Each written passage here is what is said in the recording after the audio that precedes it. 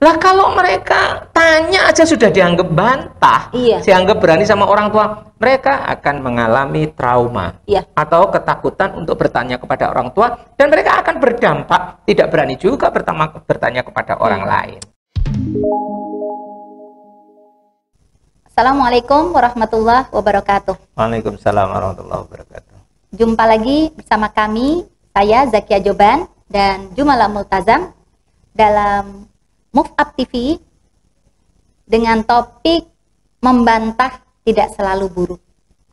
Sahabat muda, anak-anak membantah tidak selalu buruk. Bisa jadi anak memang memiliki pemikiran yang berbeda dengan kita. Betul nggak Pak Jumat? Betul. Banyak ya di antara kita ini yang langsung judgement. Kalau anak bantah itu berani sama orang tua gitu ya. Dianggap anak itu pokoknya harus ya mah, ya bi gitu kan, harus aja gitu, harus nurut gitu kan. Iya. Dan mungkin itu adalah metode zaman dulu. Karena memang kenyataan Pak Jumala, anak-anak sekarang ini berpikirnya kritis-kritis. Betul. Mereka itu ketika mereka disuruh sesuatu, mereka itu harus tahu tujuannya kemana. Nggak usah jauh-jauh Pak. Kalau kita ajak pergi aja. Saya ingat dulu kalau bapak saya, abah saya ngajak pergi itu, kita anak-anak itu langsung, ya bah, kadang kita nggak tahu mau diajak kemana aja nggak ngerti. Anak dulu Mbak mau loh Pak, mau diajak nggak tahu tujuan. Anak sekarang apa mau? Mereka kalau mau kemana mah? Jam berapa mah kita pulang? Di sana ketemu siapa aja mah? Seru nggak di sana? Sampai segitu Pak? Iya. Nah, ini kalau kita sebagai orang tua, pikiran kita memang kita tidak berubah, mindset kita nggak kita rubah, ini efeknya sama-sama bad mood ini. Orang tua merasa anak membantah, anak merasa dia bukan membantah, tapi dia kritis. Sebetulnya yang masih begini itu yang rambut putih atau anak muda ada yang masih begitu? Sahabat muda ada yang masih begitu enggak? Jadi kalau anaknya membantah itu dianggap adalah berani sama orang tuanya. Mungkin sekarang agak bergeser Pak. Jadi ibu-ibu muda saat ini sudah mulai lebih open, sudah mulai lebih demokrasi, sudah mulai lebih open minded lah dengan anak-anak yang sahabat muda yang anaknya masih SD kelas 3, TK atau belum sekolah, prasekolah, merasa masih kayak saya zaman dulu nggak ya? Saya itu rasanya zaman dulu ya. Zaman dulu saya itu ya, saya boleh dikatakan, ya mohon maaf ya sahabat, ya agak otoriter saya itu.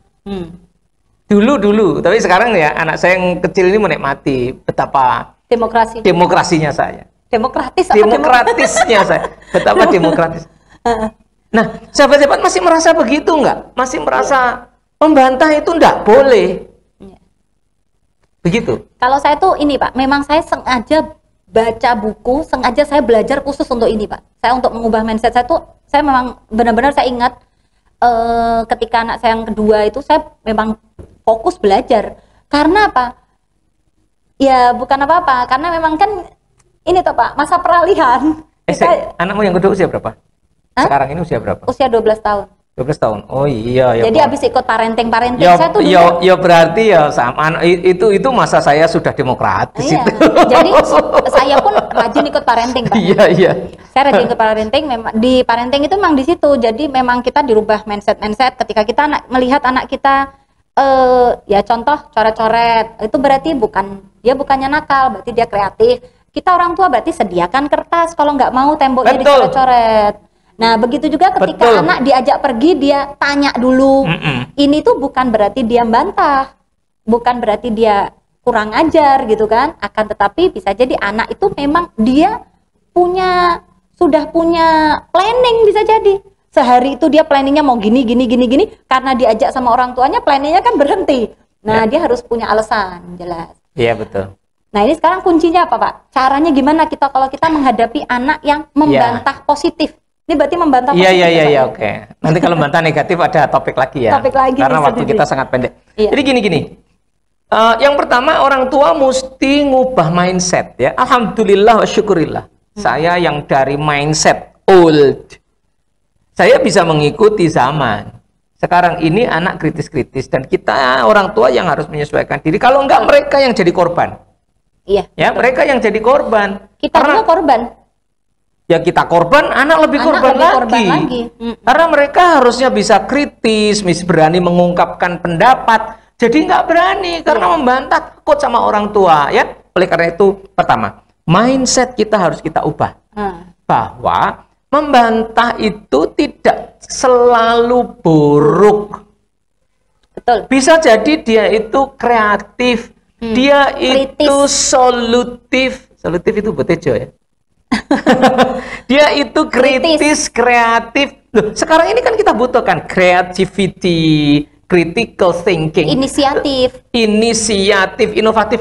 Lah kalau mereka tanya aja sudah dianggap bantah, dianggap berani sama orang tua, mereka akan mengalami trauma atau ketakutan untuk bertanya kepada orang tua, dan mereka akan berdampak tidak berani juga bertanya kepada orang lain. Ya, satu itu. Ubah mindset. Yang kedua, kalau mereka itu membantah, dengarkan dulu dia mau ngomong apa. Iya. Terus rasa ke kepentingan anak, ojo kepentingan orang tua saja. Gitu loh. Kita dengarkan dulu kan, berarti apa dengarkan dulu dia mau ngomong apa. Berarti punya 3 loh kita ya, tips ya. 1, ubah mindset kita. Mungkin anak kritis dan kreatif ya. Terus yang kedua, dengarkan dulu. Ojo muni, mesti nak diajak gak mau. Mesti gitu loh ya.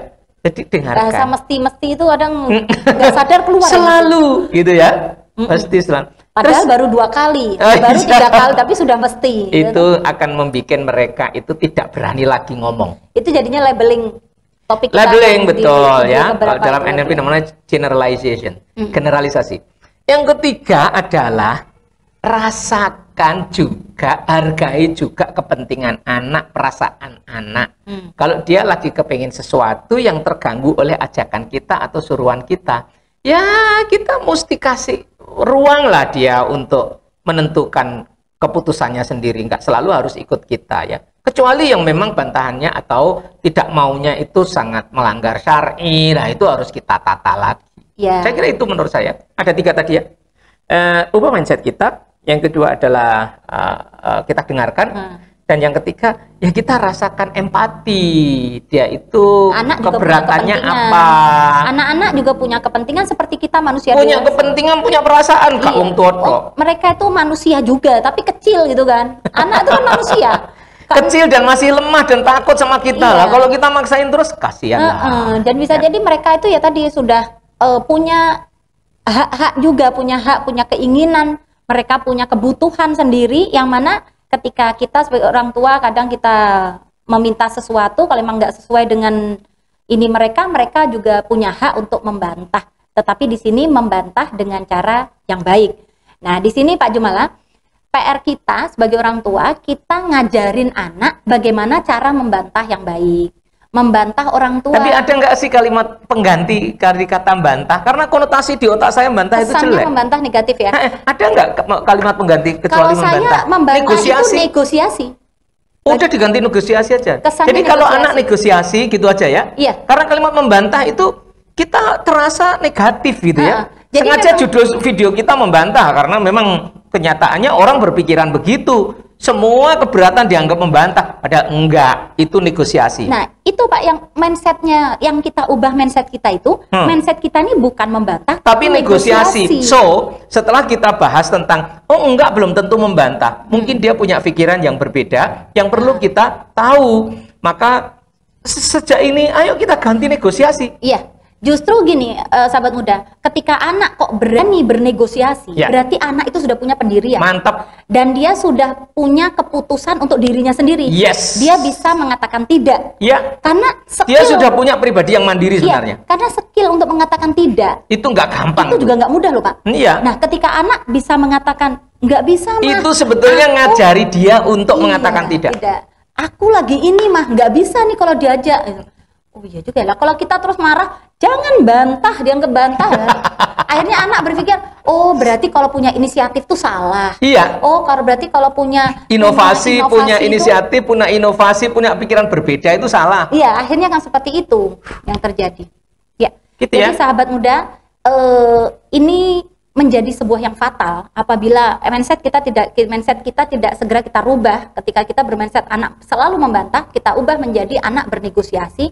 Efeknya adalah di masa depan mereka, di mana mereka akan menjadi pribadi yang kurang berani tampil beda, tidak berani untuk mengatakan tidak, dan tidak berani untuk berinisiatif.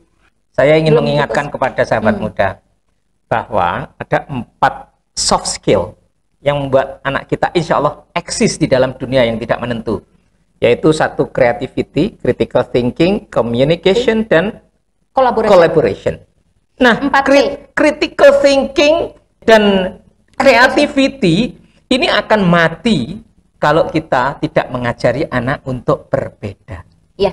Nah, caranya seperti tadi. Ya, di topik bahwa membantah tidak selalu jelek, tetapi bisa jadi dia kreatif atau kritis. Dan insya Allah 4C itu akan kita bahas di video. Oh iya, siap. Dan juga mungkin nanti bagaimana cara kita mengajarkan anak untuk cara membantah yang baik. Cara menyampaikan negosiasi, tetapi tidak terkesan membantah. Dan ini memang saya pun masih belajar terus ini Pak. Bagaimana agar jadi bagaimana communication yang bagus. Nah, ya. Demikian sahabat muda video kita kali ini. Sampai jumpa lagi di video berikutnya. Jangan lupa di subscribe dan di bunyikan loncengnya. Wassalamualaikum warahmatullahi wabarakatuh.